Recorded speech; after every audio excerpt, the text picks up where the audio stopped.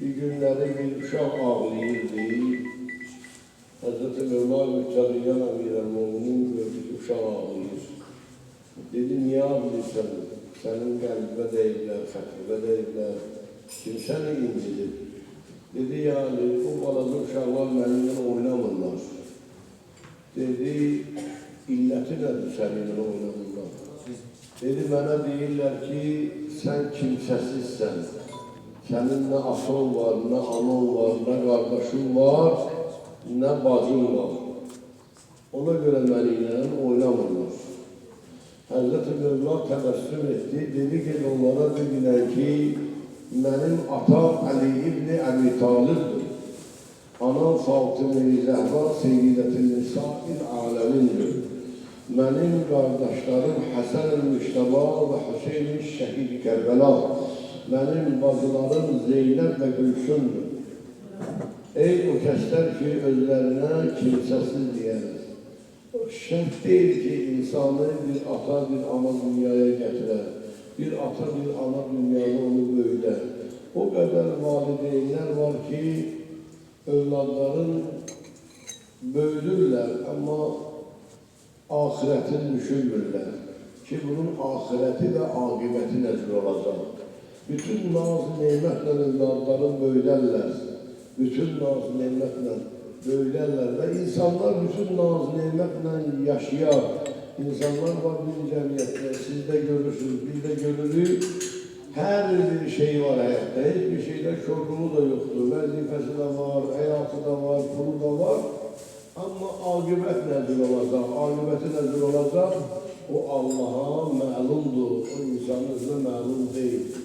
Yəni, bax, bu günləri, bunu bir dənə nümunə olaraq elə hər yerdə danışa bilərsiniz bunu.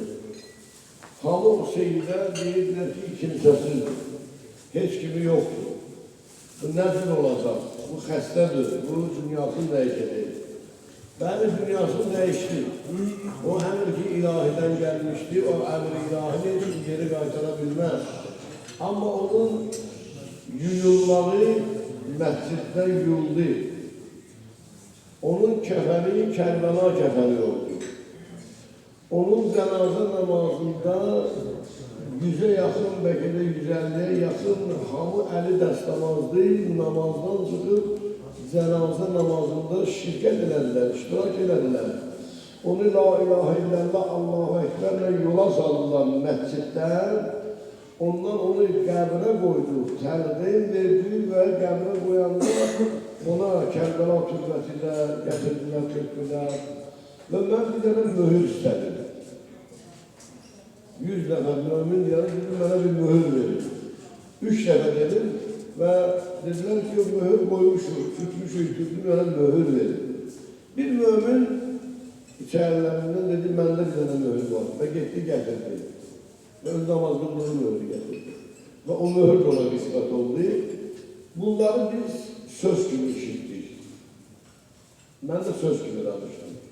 Amma indi dərindən əgər düşünə bilsin, əfəlâ təfəkkərûn, elə deyil, Allah bir, siz nə vaxt fikirləşəcəksiniz, nə vaxt düşünəcəksiniz? Bir baxın, Seyyidin nə atası, nə anası, nə bacısı, nə qardaşı yox idi də, zahirən bu düzdür. Nə qədər qardaşları onun cənazəsinə girdi? Əl-mü'minə isvə, müminlər bir-birinə qardaşdır. Müminlər bir-birinə bacı qardaşdır. Müminlər bir-birinə valideyndilər. Bizim valideynimiz Peyğəmbər sallallahu aleyhi ve sellem, Əli ilə-Müminin, xanım Fatıma-i Zəhra, Həsən-i Müştəba və Hüseyin-i Müştəba. Xoş o insanların alına. Onlar bu dünyada yaşayalar əhl-i beyt məhəbbəti ilə, İmam Hüseyin eşqi ilə, İmam Həsən eşqi ilə, xanım Zəhra məhəbbəti ilə yaşayalar, Əliyyəl-Mütəza hikməti ilə, bax, dünyadan gedəndə, bu da onun aqibəti. İndi içi mən qarışıq, şəhərimizdə kim deyə bilər ki, mən dünyadan köçəndə mənə bu cürlə cənazə namazı qismət olacaq, ya yox. Mənə bu təşkiyin cənazə dəstəmazlı mömürlər, Ləbbeyk Hüseyin deyə, ya Allahu Ekber deyə, Bak bunun üzere hayatta yaşamak lazım. Bak bu tür yaşamak lazım. Bak bunu kazanmak lazım. Kalan şeyleri dünyada kazanmak çok asıl. Bunu kazanmak çok çetindir. Bunun için çok çetin, kazanmak çok çetindir. Dünya malında, dünyada önemli vazifeli de, evi de, menzili de, dostlar da illa kazanmak rahattır. Dünya dostu ne bir istəyirsən kazanalım. Eğer birden benim pulum olsa, bütün Azerbaycan benim dostumdur. Öyle değil azim. Ama Əhl-i Beyti ben sevirəm, Əhl-i Beytin aşıqiyəm, bu yaxşı sözdür. İndi görə Əhl-i Beyt de mənə aşıqdır ya yox. Onlar mənə öz dostlarının sırasında yazırlar ya yox. Bu onun nümunəsidir. Bu onun nümunəsidir ki o Seyyid balası, onun hiç bir kəsi olmadan, istəsən də belə bir dəfni var dövlətlə hazırlayasan, pul verəsən ki, dəstəmazlı adamlar gəlsin ora, Hüseynçilər gəlsin ora, ləbbeyk desinlər, mərsiyə desinlər. Bütün Əhl-i Beyt vilayətini qəbul edənlər hamısı orada, bunu istəsən də hazırlaya bilməsin. Ona görə də Həzrət Peyğəmbər buyurdu, mən sizi tərk edərəm. Amma aranızda iki ağır əmanət qoyuram.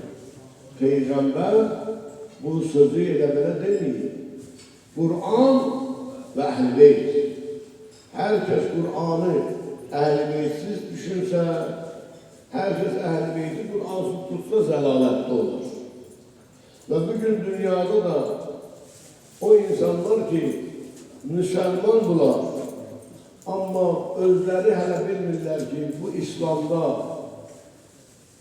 rəhbər kimdir, möminlərə rəhbərlik edən kimdir, vilayət kimdir, vilayət fəqih kimdir, Əhl-i Beytin təsirini çəkən kişi kimdir, qeyrət kimdir, bunu bilmirsə zəlalətdədir. Namaz da qılsa, oruç da tutsa zəlalətdədir. Bunu bilərsiniz. Mevla-i Müttəqiyyə qeyrət simvoludur. Ona görə əvvəl-fəzlaqat qeyrət simvoludur. Bildin necə? Əhl-i Beyti tanıyanda gerek düz yolla tanıyasan. Allah bu şükür qardaşımıza rəhmət eləsin. Elə mən bu cümlə bir qədər kifayət eləyər. Çox danışlar, yadda da qalmaz, sizə yoraram. Ne yorulmuyor, hem de yanınızda qalsın.